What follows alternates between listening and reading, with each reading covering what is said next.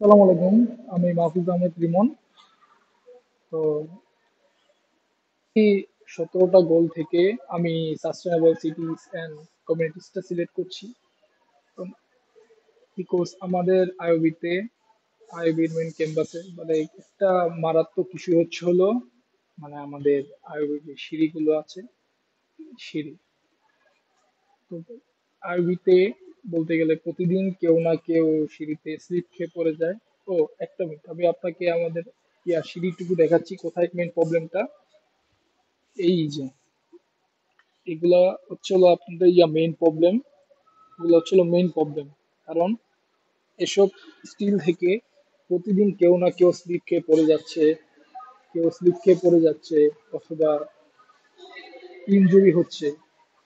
তো এটা আশা করি যে আইবি কর্তৃপক্ষের এটা একটু দেখা উচিত উচিত বিকজ এখানে আমরা পড়াশোনা করতে আসছি। এখন এখানে যদি সিঁড়ির কারণে দুর্ঘটনা হয়ে যদি কেউ হাত ভাঙে বা পায়ে ব্যথা পায়, তখন তখন অ্যাকচুয়ালি বলতে গেলে আমাদের ক্যাম্পাসের রিপুটেশনের একটু সমস্যা হয়।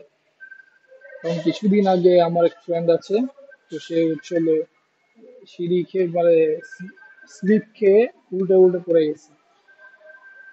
এখনো তার ব্যান্ডেজ করা আছে, বেশি না, 10-15 দিন আগে।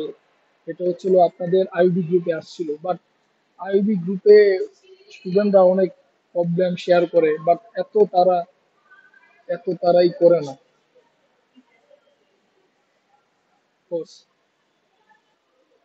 আইবি কর্তৃপক্ষ রেসপন্সিবল যে তারা এটা নিয়ে কোনো প্রকারের স্টেপ নেয় না, কোনো কিছু করে না। ভাই, তাদের আপনাদের বলতে গেলে এগুলো নিয়ে কোনো যাই আসে না। তো প্লিজ, দয়া করে এটার একটা সলিউশন আছে, সেটা হচ্ছিল আপনারা দয়া করে আপনার যে এখানের যে স্টিলের ইটা আছে দেখা, এটা একটু চেঞ্জ করে দিন। কারণ এই জিনিসটা কার, ঠিক আছে? এটা স- যেখানে স্টুডেন্টরা পাড়া দেয় তখনই পাটা এভাবে স্লিপ করে। এটা হচ্ছিল এটা হচ্ছিল সমস্যা। কারণ ভাই, আমি নিজেও অনেকবার দোতলায় 9তলার দিকে স্লিপ খাইছি। বাট আমার একটা স্টোরি মনে আছে, সেটা হচ্ছিল যে আমি যখন আমার ফার্স্ট সেমিস্টার, তখন হচ্ছিল আমি HA11 কোর্স করতাম 9th ফ্লোরে, ঠিক আছে? তো সেখানকার হচ্ছিল নিচে যাওয়ার সিঁড়িটা মানে এত ছিল যে একটা মিড টার্ম পরীক্ষা দেওয়ার টাইমে আপনার হচ্ছিল একটা মেয়ে একবারে পিছলা খেয়ে পড়ে গিয়ে তার হচ্ছিল কোমরের হাড্ডিতে হচ্ছিল ইনজুরি হয়েছে, পায়ে ইনজুরি হয়েছে। তো সেই মেয়েটা হচ্ছিল মিড টার্ম পরীক্ষা দিতে পারে নাই। তো নেক্সট মানে সে হচ্ছিল মানে আইবি তখন বলতে গেলে এখন জানি না মানে আপনাদের আইবি মেডিকেল টিম কিরকম, বাট আইবি মেডিকেল টিমকে তখন গিয়ে খুঁজে পাওয়া যাচ্ছিল না, কেউ নাই। পরে ফোন দিছি, ফোন দেওয়ার পর হচ্ছিল তাও আসছে আধা ঘন্টা পরে। খুঁজে টুজে ইনফরমেশন দেওয়ার পর আধা ঘন্টা পর আসছে, তাকে নিয়ে আর হচ্ছিল এবার কেয়ারে নিয়ে যায়। তো প্লিজ আপনার এই ইস্যুটা আপনারা একটু দয়া করে লক্ষ্য করবেন। ধন্যবাদ। আসসালামু আলাইকুম। আমি মাহমুদ আহমেদ খান।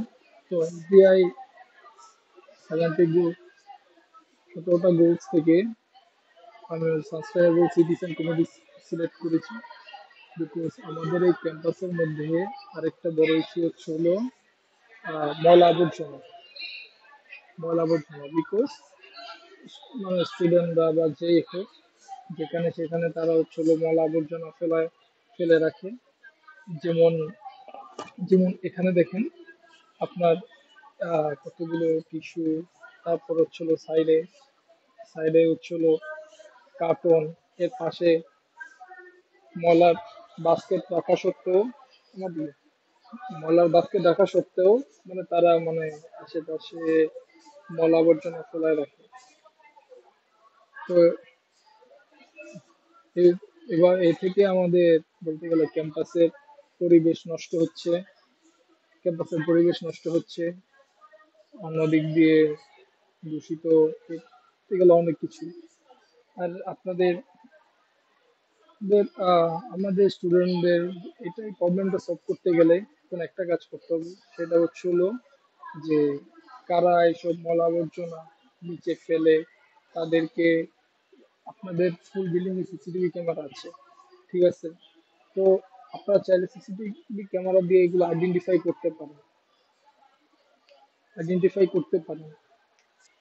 আহ ক্যাম্পাসে যারা মানে পরিষ্কার পরিচ্ছন্ন দায়িত্বে যারা আছে, মানে তাদেরও উচিত যে এগুলো মানে সবসময় পরিষ্কার করে রাখা, বা তাদেরকে প্রপার ভাবে ট্রেনিং দিয়ে তাদেরকে বোঝানো যে এগুলো তোমরা হচ্ছে পরিষ্কার করে রাখবা।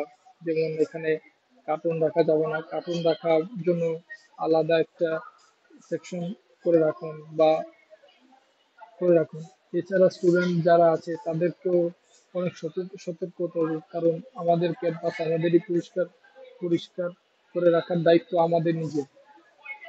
এবং এবং যারা বলতে গেলে যারা তাদের সতর্ক করার পরেও যারা উৎসব ময়লা করবে, তো তাদেরকে আপনাদের ক্যাম্পাসের চারদিকে সিসিটিভি ক্যামেরা আছে, তাদেরকে সিসিটিভি ক্যামেরাতে ধরে আইডেন্টিফাই করুন। কারণ আরেকটা কারণ অনেক স্টুডেন্টরাই যেমন ক্যাফেটেরিয়া থেকে খাবার কিনে খাবারের প্লেট এখানে সেখানে ফেলে রাখে। তাদেরকে উচিত যে তাদেরকে আইডেন্টিফাই করে তাদেরকে বোঝানো বা কোনো প্রকার স্ট্রাইক দেওয়া, এগুলো। এবং এবং হলো